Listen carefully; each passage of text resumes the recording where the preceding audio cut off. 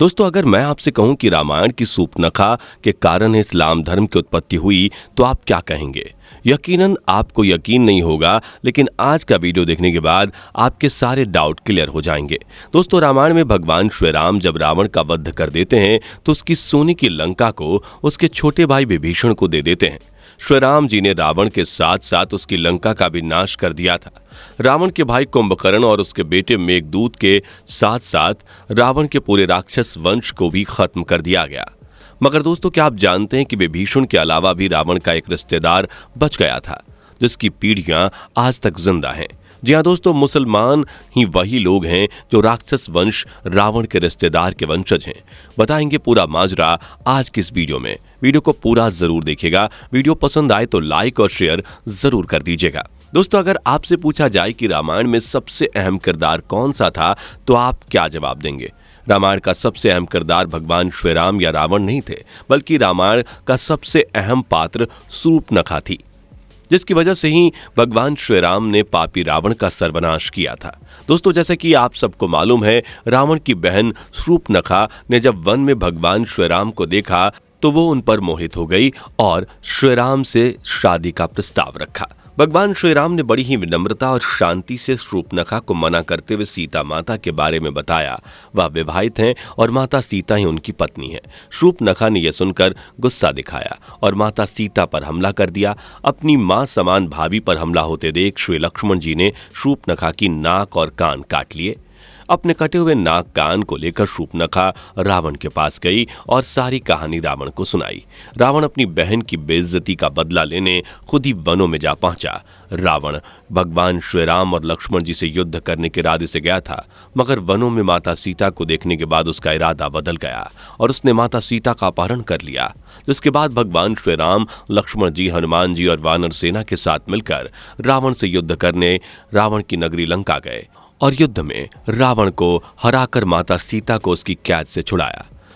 इस युद्ध में रावण के पूरे वंश का सर्वनाश हो गया था, मगर विभीषण ने इस युद्ध में भगवान श्री राम का साथ दिया था, इसलिए वह बच गए थे। विभीषण के अलावा सूर्पनखा भी इस युद्ध में बच गई थी। दरअसल अपने भाई रावण की पराजय के बाद सूर्पनखा शुक्राचार्य के आश्रम में चली गई थी। वहां सूर्पनखा ने शुक्राचार्य से राक्षस वंश की रक्षा का वचन मांगा। शुक्राचार्य ने भगवान शिव की भक्ति की। उन्होंने भगवान शिव की कठोर तपस्या की और भगवान ने उन्हें वरदान में एक शिवलिंग दिया और कहा, जिस दिन इस शिवलिंग पर कोई वैष्णव जल चढ़ा देगा, राक्षस वंश का नाश हो जाएगा। भगवान शिव के कहे अनुसार शुक्राचार्य ने सूर्पनखा को वह शिवलिंग देकर समझाया कि इस शिवलिंग को कहीं ऐसी जगह स्थापित करो जहां तक वैष्णव ना पहुंच सके।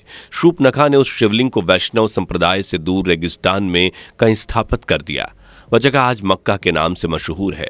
जी हाँ दोस्तों, वही मक्का जो मुसलमानों के लिए पवित्र माना जाता है। मक्का में काले रंग की चौकोर इमारत जिसे मुसलमान काबा कहकर पूजते हैं, वह वही जगह है जहां शिवलिंग स्थापित किया गया था। यही वजह है कि मक्का में किसी भी हिंदू के जाने पर पाबंदी है। दोस्तों, मुसलमान ही सूर्पनखा के वंशज हैं, इसके कई प्रमाण मिलते हैं। आइए आपको एक एक करके उन प्रमाणों के बारे में बताते हैं जिनसे ये बात साबित होती है कि मुसलमान ही सूर्पनखा के वंशज हैं। दोस्तों, जब से भगवान श्री राम ने सूर्पनखा की नाक और कान काटे थे, तभी से सूर्पनखा अपने नाक और कान को ढककर रखती थी। सूर्पनखा अपने चेहरे को काले रंग के कपड़े से ढकती थी और आज भी मुस्लिम महिलाएं उसी रिवाज को कायम किए हुए बुर्के को पहनती हैं, जिसका रंग भी काला ही होता है। इसके अलावा आपको बता दें कि मुसलमान शुक्राचार्य के भी वंशज हैं और यही कारण है कि मुसलमान शुक्राचार्य के नाम पर से बने शुक्र दिन को बहुत पवित्र मानते हैं। जिस जगह सूर्पनखा ने भगवान शिवलिंग को स्थापित किया था, वहीं से इस्लाम का उदय हुआ था। इस्लाम असल में कोई धर्म नहीं बल्कि एक मजहब है और मजहब का अर्थ होता है कबीला। मुसलमान उन लोगों का कबीला है जिसे सूर्पनखा ने बसाया था। ये अरब के रेगिस्तान में रहा करते थे। रेगिस्तान में इन लोगों को कहीं भी हरियाली देखने को नहीं मिलती थी, इसलिए जब भी इन्हें कोई हरी चीज दिखती थी तो ये लोग खुश हो जाया करते थे और इसी तरह इनका धार्मिक रंग हरा बन गया।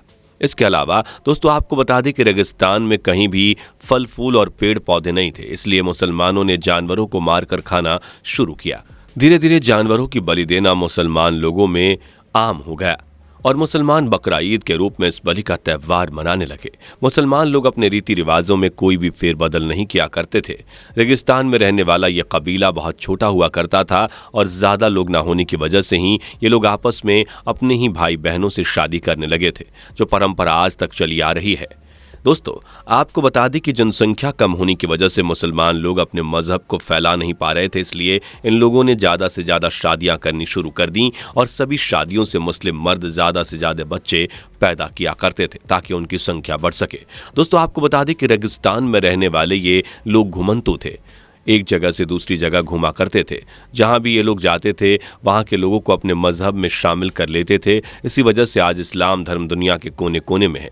अरब के मूल निवासी होने की वजह से मुसलमानों को मरने के बाद जलाने की जगह दफनाया जाता था, क्योंकि रेगिस्तान में जंगलों का नामो निशान तक नहीं था और जलाने के लिए लकड़ी मिलना भी मुश्किल होता था। इसलिए मुसलमानों को जलाने की जगह जमीन में दफनाया जाने लगा और ये रिवाज आज तक चला आ रहा है।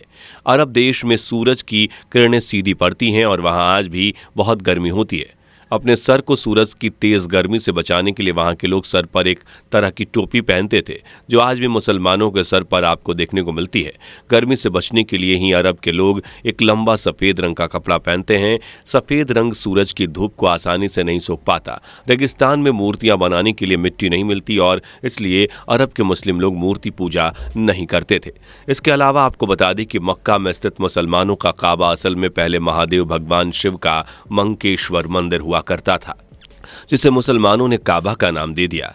काबा को इसलिए पूजा जाता है क्योंकि भगवान शिव का शिवलिंग यहाँ मौजूद है और यही कारण है कि काबा में किसी हिंदू को जाने की इजाजत नहीं है, क्योंकि अगर कोई हिंदू काबा में पहुंचकर इस काली चौकोर इमारत पर जल चढ़ा देता है तो दुनिया के सभी राक्षस खत्म हो जाएंगे, जो कि आज के मुसलमानों को कहा जाता है। यही नहीं दोस्तों, काबा में एक जगह मुसलमान भगवान शिव के खंडित शिवलिंग को पत्थर भी मारते हैं।